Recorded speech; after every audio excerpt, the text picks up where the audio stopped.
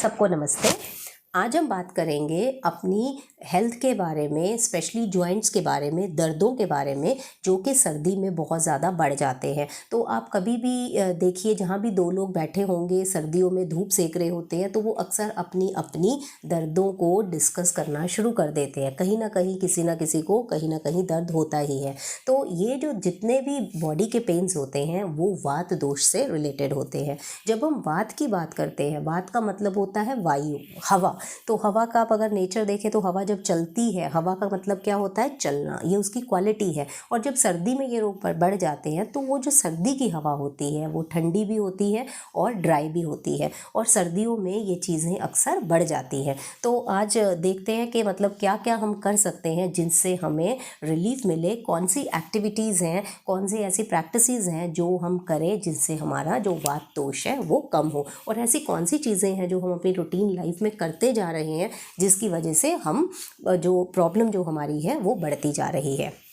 तो सबसे पहले आप देखिए, जो वात का जो पेशेंट है, जब वात रोग हो जाता है, इसकी जो कॉमन प्रॉब्लम है जॉइंट्स की तो रहेगी, उसके अलावा आप देखना ओवरऑल ड्राइनेस होनी शुरू हो जाती है। वो ड्राइनेस चाहे आपके बॉडी की हो, आप ऐसे स्क्रैच करके देखेंगे बड़ी बड़ी लाइंस नज़र आएंगी ड्राइनेस की वजह से।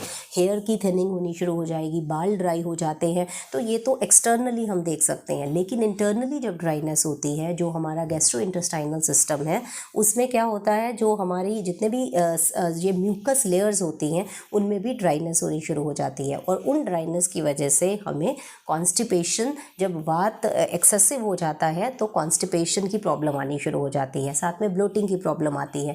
और जो इसका एक और फीचर, जो ड्राइनेस तो था ही, ड्राइनेस की वजह से तो ये प्रॉब्लम क्रिएट ही करता है।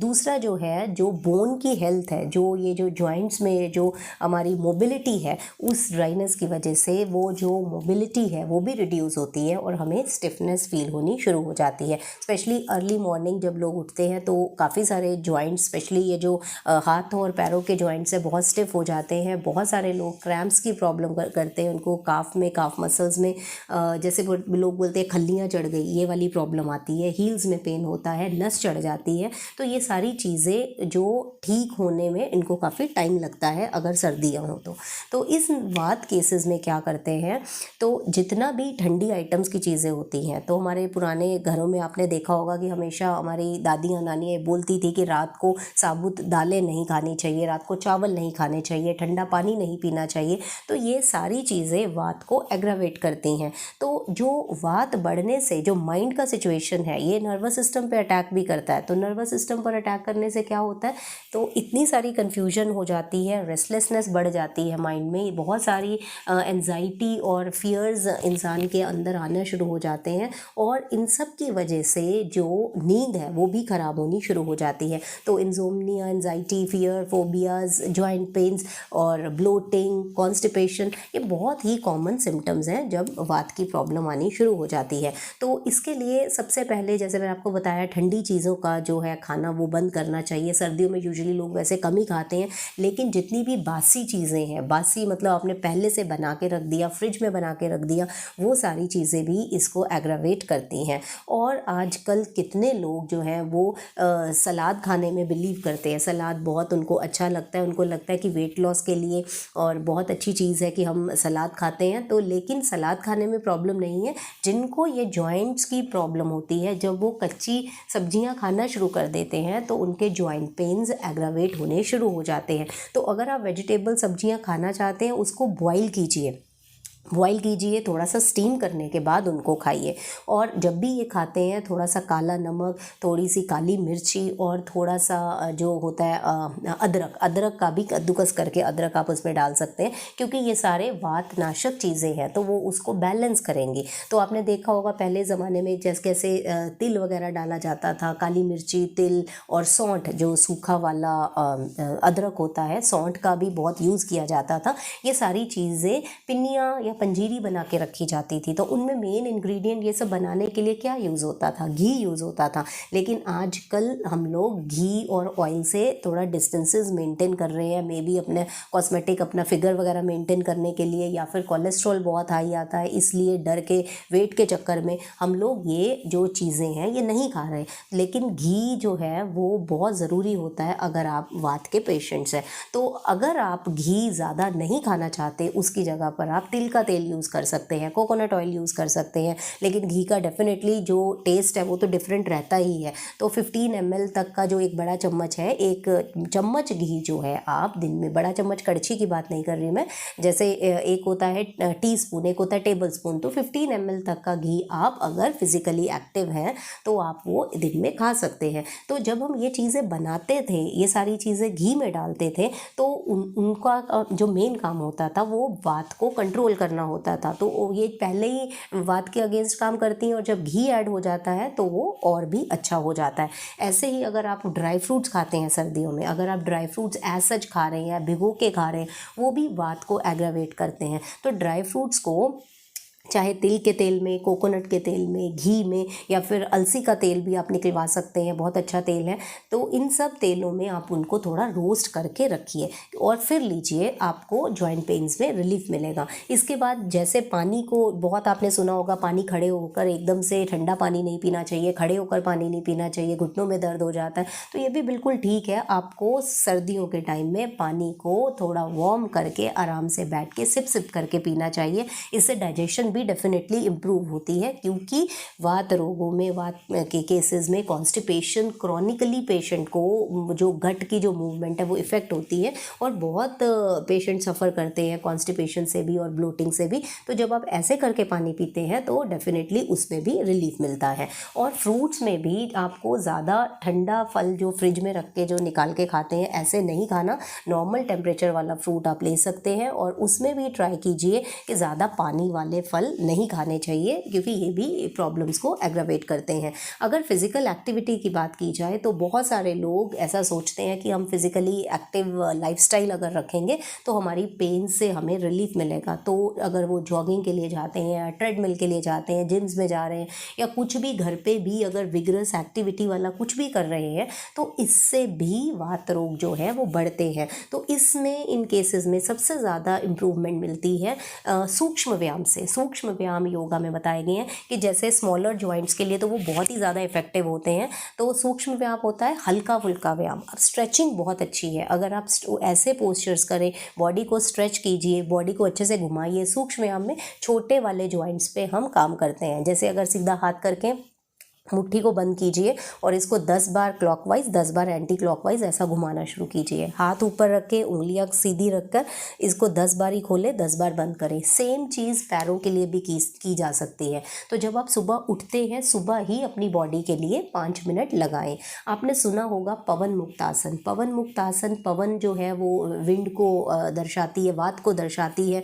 तो सौंफ खाने के लिए बोला जाता है, जीरा खाने के लिए बोला जाता है। अभी मैंने अदरक भी बताया आपको। डिफरेंट अगर आप यूट्यूब पे भी देखेंगे तो वात नाशक कितनी लिस्ट है चीज़ों की बड़ी। लेकिन एक बहुत सिंपल सी रेमेडी है इसके लिए। अगर आप रात को सोने से पहले और इमीडिएटली सुबह उठने पर आप पवन मुक्त आसन ही कर लेते हैं, तो आपका वात डेफिनेटली बैलेंस होगा। और इसमें कोई ऐसा एफर्ट नहीं है। जिनको नी प्रॉब्लम, जिनको प्रॉब्लम्स हैं, वो लोग भी ये लोग कर सकते हैं। तो इसमें क्या करना है आपको, सीधा आप जब लेट जाते हैं, आपको अपने नी को ट्राई करना है अपने चेस्ट तक खींच के लेकर आना है ऐसे, ताकि आपका जो प्रेशर है वो लोअर एब्डोमेन पर पड़े।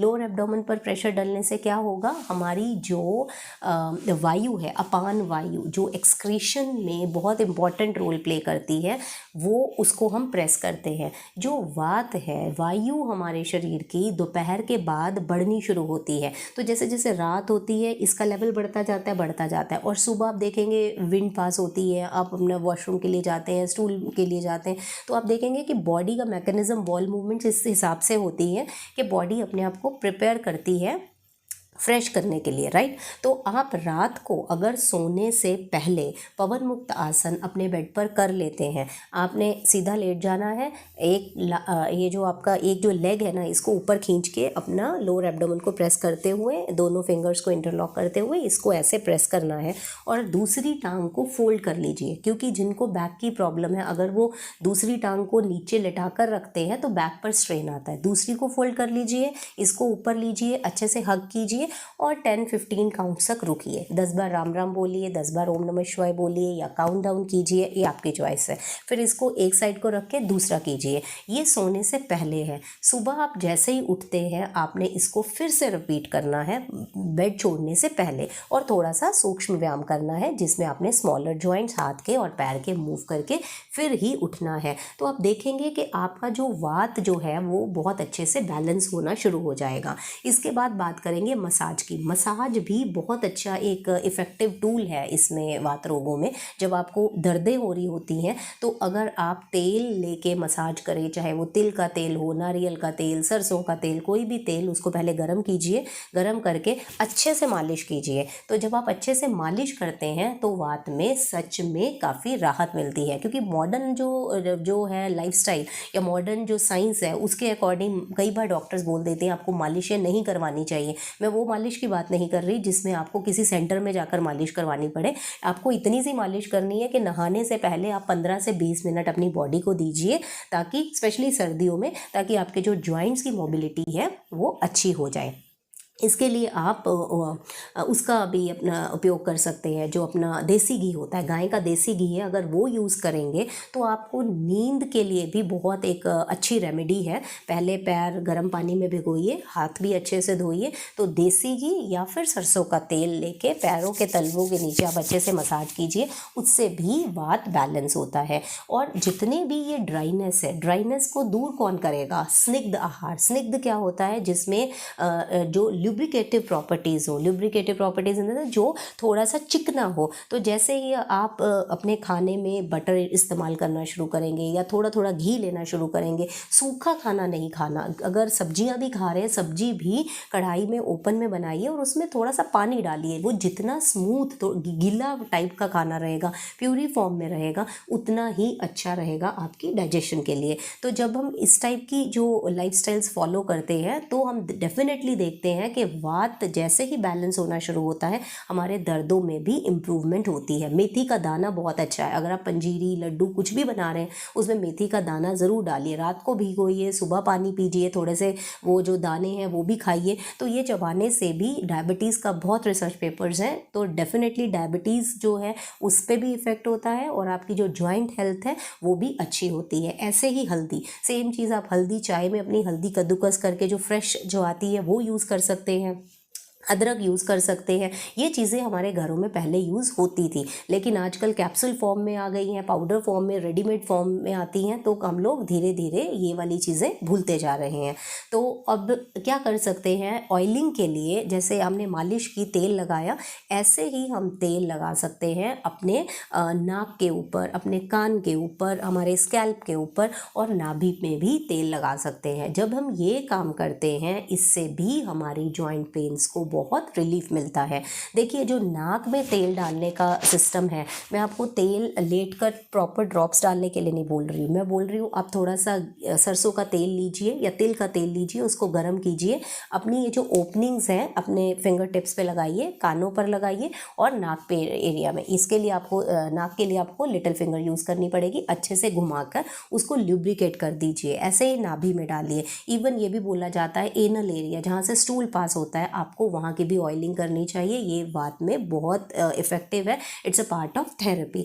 तो ये एक चीज़ डिफरेंट है। लेकिन जब आप लेट कर नाक में गाय का घी डालते हैं या फिर बादाम का तेल डालते हैं, उस टाइम पर आपको कुछ रिस्ट्रिक्शंस होती हैं। जैसे वो डालने के बाद आपको इमीडिएटली नहाने नहीं जाना, आपको खाना नहीं है, तो वो ये चीज़ रात को नहीं करनी होती, मिड डे में कीजिए जब थोड़ी धूप निकली हो। तो वो तेल डालने की जिसमें कुछ रूल्स हैं वो फॉलो करने से अच्छा है कि आप सिंपल ही उनकी ऑयलिंग कर लीजिए इन एरियाज़ की। तो ये तेल लगाने का जो मेथड हमने पुराना पहले देखा था, लोग मालिश भी करते थे धूप में बैठ के, इसमें विटामिन डी भी बहुत अच्छा एब्जॉर्ब होता है। तो ये जितनी चीज़ें पुरानी पहले की जाती थी वो डेफिनेटली बिल्कुल ठीक है, 100% ये चीज़ें काम करती हैं। आप देखिए आपकी जॉइंट हेल्थ में बहुत बहुत बहुत सुधार होगा। तो ये सिंपल रेमेडीज़ हैं, आप ये डूज़ एंड डोंट्स फॉलो करेंगे, आप देखेंगे चेंजेस अपनी हेल्थ में। फिर मिलूंगी अगले वीडियो में एक नए टॉपिक के साथ, तब तक के लिए नमस्ते।